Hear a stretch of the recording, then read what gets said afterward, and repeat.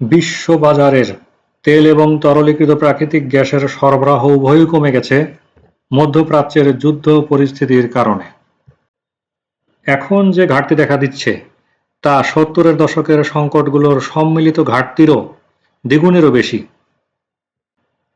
কাতারের এলএনজি প্ল্যান্টগুলোতে হামলা চালিয়েছিল ইরান এবং এভাবে প্রায় 17% এলএনজি সক্ষমতা ধ্বংস করে দিয়েছে। বাধ্য হয়ে পরবর্তীতে কাতার জরুরি অবস্থা ঘোষণা করে এবং এভাবে দীর্ঘমেয়াদী চুক্তির বাধ্যবাধকতা থেকে মুক্তি পায়। এখন বাংলাদেশে পূর্ব নির্ধারিত কম দামে এলএনজি সরবরাহ করতে কাতার বাধ্য নয়। ফলে বিকল্প উৎস হিসেবে স্পট মার্কেট থেকে চড়া দামে এখন আমাদেরকে এলএনজি আমদানি করতে হবে। গ্যাসের কূপ খননে গত 2 দশকে আমরা তেমন কোনো উল্লেখযোগ্য অগ্রগতি দেখিনি। এবার আসা যাক সৌর বিদ্যুতে। বাংলাদেশে সৌর বিদ্যুৎ সবচেয়ে সম্ভাবনাময় নবায়নযোগ্য জ্বালানির উৎস। বর্তমানে দেশের নবায়নযোগ্য বিদ্যুৎ উৎপাদন সক্ষমতার প্রায় 80% সৌর বিদ্যুৎ থেকে আসছে, অর্থাৎ প্রায় 992 মেগাওয়াট বিদ্যুৎ আমরা সৌর বিদ্যুৎ থেকে পাচ্ছি এবং সরকার 2041 সালের মধ্যে মোট বিদ্যুৎ উৎপাদনের 40% নবায়নযোগ্য উৎস থেকে নেওয়ার লক্ষ্য স্থির করেছে। সূর্য থেকে আলো এবং তাপ শোষণ করে বৈদ্যুতিক প্রবাহ উৎপন্ন করে সোলার প্যানেল। সোলার প্যানেলের বড় অংশ এখনও আমদানি নির্ভর। এটি বিদ্যুৎ উৎপাদনের প্রাকৃতিক উৎস, তাই পরিবেশ বান্ধব সবুজ জ্বালানি হিসেবে দুনিয়া জুড়ে এর ব্যবহার কেবল বাড়ছেই। জলবায়ু পরিবর্তনের প্রভাব মোকাবেলায় কার্বন নিঃসরণ কমিয়ে আনতে সৌর বিদ্যুৎ বড় ভরসা হতে পারে বলে মনে করছেন বিশেষজ্ঞগণ। তবে সৌর বিদ্যুৎ কেন্দ্র নির্মাণে জমির ব্যবস্থা সরকারকেই করে দিতে হবে। বিনিয়োগের জন্য শুল্ক কর কমিয়ে সুবিধা দিতে হবে। বিদ্যুতের উৎপাদন খরচ কমাতে নতুন কেন্দ্র নির্মাণে দরপত্র আহ্বান করা হলে বিদেশি কোম্পানি প্রতিযোগিতায় অংশ নিবে।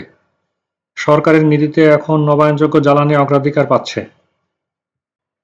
বাংলাদেশের বিভিন্ন ভবনের ছাদ ব্যবহার করে সৌর বিদ্যুৎ উৎপাদনের কাজ শুরু হয়েছে, তবে তা এখনো খুব বেশি জনপ্রিয়তা পায়নি।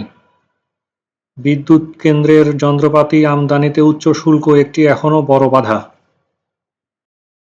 সম্ভাবনা থাকলেও চড়া আমদানি শুল্কের কারণে সৌর বিদ্যুতের প্রসার হচ্ছে না বলেই মনে করছেন বিশেষজ্ঞরা। এই খাতে 37 থেকে 56% পর্যন্ত শুল্ক কর দিতে হয়। তবে বিশ্ববাজারে সৌর বিদ্যুৎ যন্ত্রপাতির দাম কমে আসছে, এতে বিদ্যুৎ উৎপাদন খরচও কমছে। এদিকে বাসাবাড়ি, অফিস, কারখানায় সৌর বিদ্যুতের চাহিদা দিন দিন বাড়ছে। নিয়মিত খরচ কমাতে অনেকেই এখন সৌর বিদ্যুৎ উৎপাদনে ঝুঁকছেন।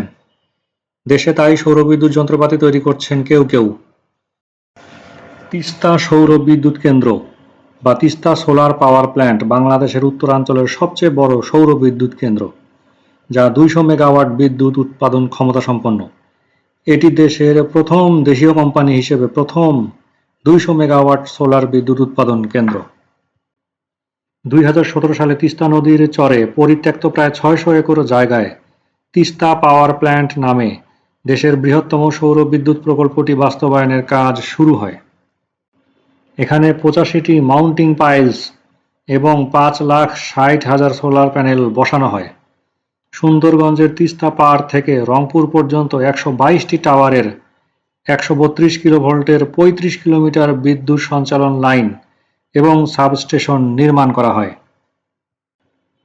গাইবান্ধা জেলার সুন্দরগঞ্জ উপজেলার তারাপুর ইউনিয়নের খোদ্দা এবং লাটসালার চরে 650 একর জমির ওপর তিস্তা সোলারে নির্মাণ করা হয়। সারি সারি সাজানো সৌর প্যানেল থেকে 120টি ইনভার্টারের মাধ্যমে প্রতিদিন 200 মেগাওয়াট বিদ্যুৎ উৎপাদন হয়।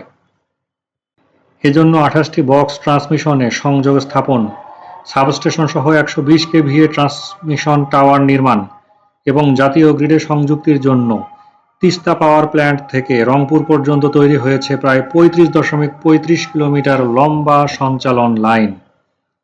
এ লাইনের মাধ্যমে এই সুন্দরগঞ্জের কেন্দ্রটি থেকে রংপুর গ্রিড সাবস্টেশনে বিদ্যুৎ সরবরাহ হয়।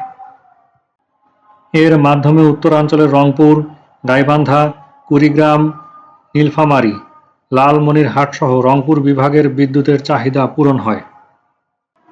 প্রিয় দর্শক, প্রতি বছর বাংলাদেশ থেকে অসংখ্য শিক্ষার্থী উচ্চশিক্ষার উদ্দেশ্যে বিদেশে পাড়ি জমায়, কিন্তু একটি পরিপূর্ণ গাইডলাইনের অভাবে অনেকেই সঠিক সময়ে তাদের টার্গেটেড ইউনিভার্সিটিতে অ্যাডমিশন নিতে পারে না।